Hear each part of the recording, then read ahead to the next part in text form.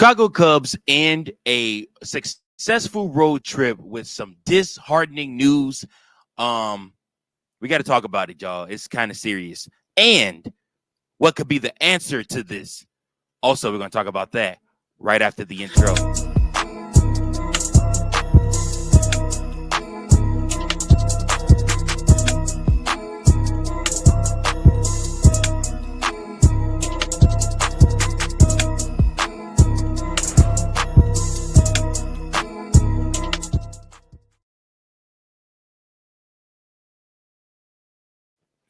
What's up? What's up? What's up? What's up, Chicago Cubs Central listeners, viewership? What's going on, Cubs Cubs fans? It's your boy Mike Jones back here again with another episode of Chicago Cubs Central, bringing you guys all of the top news, all of the top things that's going on in the world of the Chicago Cubs, and even in AAA Iowa, and even in AA.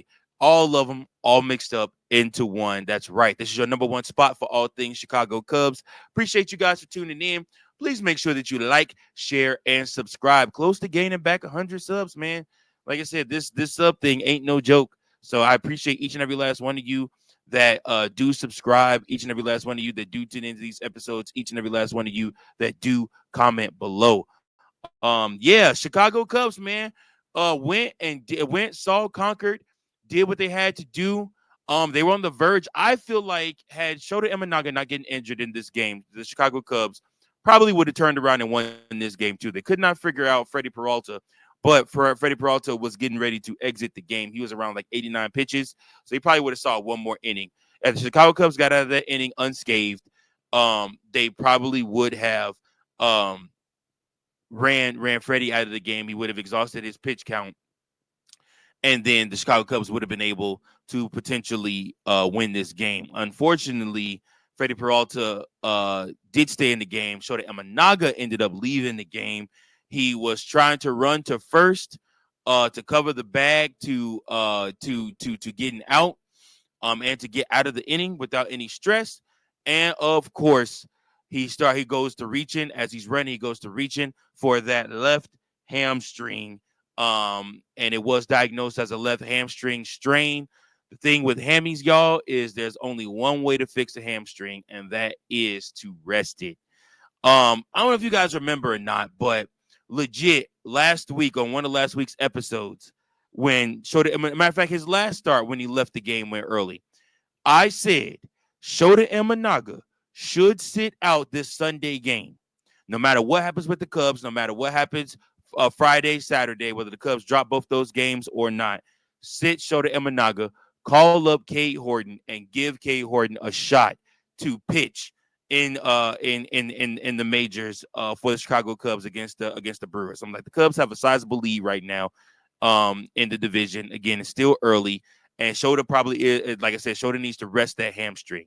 Now, mind you, Shota came out and said that it was a different injury than the one he sustained last week when he left the game early due to his strain. But at the same time, y'all, these injuries, same leg, we have a problem here. And before it gets serious, where he misses some substantial time, we need to sit Shota Imanaga. The Chicago Cubs cannot afford, with how they've been playing and how this season has gone, to allow Shota Imanaga to get injured and miss substantial time. This will do direct damage to the Chicago Cubs' dreams and hopes of playing in the postseason and winning this division. So, Chicago Cubs should absolutely rest Shota Imanaga. I'm not even really worried about Sunday's game. Like I said, bats aren't going to be able to knock in 7 or 8 home runs every game. You're going to drop some games, like I said, but you're looking really great in divisional play right now. You've played 2 of your division rivals this week. You beat them both, won both of those series. You win series, and you know what I'm saying? Like I said, that's the key to winning the division, especially when you win interdivisional series.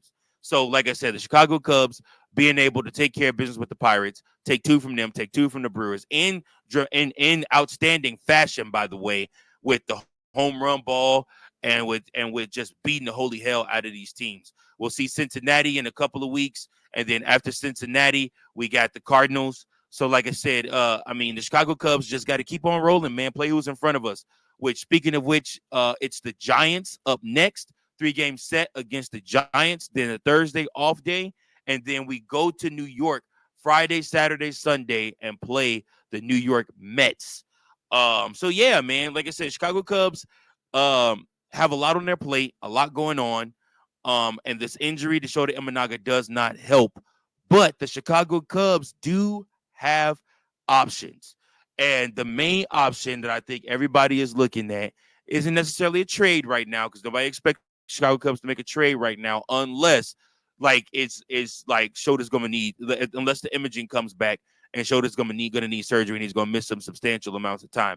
It's a hamstring injury. I don't think he'll miss substantial amount of time. He might miss 1, maybe 2 starts, but the Chicago Cubs will have to figure out who will start in his place. And for my money, who I would love to see the Chicago Cubs finally give that shot to is Cade Horton. Listen, he has been dealing so far in AAA. After allowing only just 1 run and 2 hits over 6 frames in his last game, the number 2 prospect, Cade Horton, now has an ERA of 1.24 across 6 starts for the Iowa Cubs. That's the type of ace numbers that you're looking for from Cade. And listen, if he can come to the majors and have this same type of success, what's crazy is that he's either going to have to do this against the Giants or he's got to do this against the New York Mets. And neither one of those situations are fair. But I say throw him into the fire. It's the only way to see if you got that diamond. It's the only way to see if that piece of coal, you got to put him under immense pressure and see if that pressure will cause him to break and crumble, or if that pressure will have him become the diamond that the Chicago Cubs believe he can be. Now, listen, it will shock his confidence if he goes out there and he stinks up the joint and has a bad outing. But at the same time, I believe Cade Horton is ready. I do think that it is time to give him a shot. And not only is Cade Horton ready, but word on the street from the hitting coach in AAA is that Matt Shaw is also ready, that it's time to call Matt Shaw back up to the majors.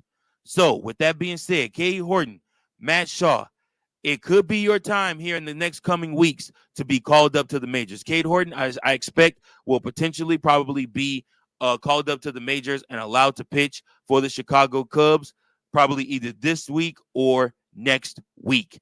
Like I said, Shota Imanaga, I think imaging tomorrow, once they get back to Wrigley, will show that it is just a strain. I don't think there's any damage done on the inside.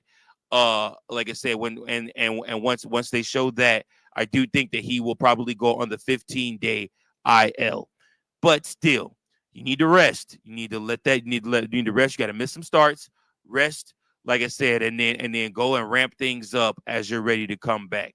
But the Chicago Cubs have to keep winning. They can ill afford to start losing games now or dropping games now. So with that being said, you got to look to Cade. You already got Colin Ray, who is replaced Justin Steele for the season. So like I said, you got to look at Cade Horton as potentially the next guy to come up and to relieve Shota Imanaga.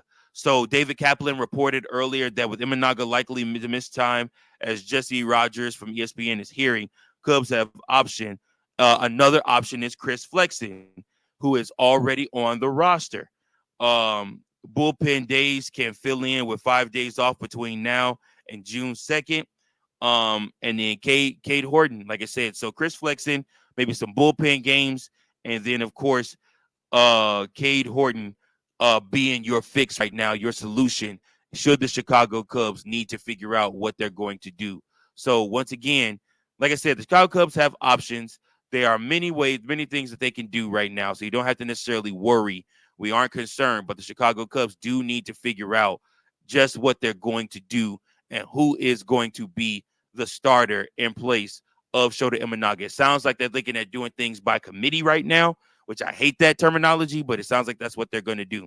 So Chicago Cubs do have a game Again, they are going up against the San Francisco Giants, who are coming into town. The hot San Francisco Giants, 22-13 is their record. They are one game better than the Chicago Cubs right now in the standings.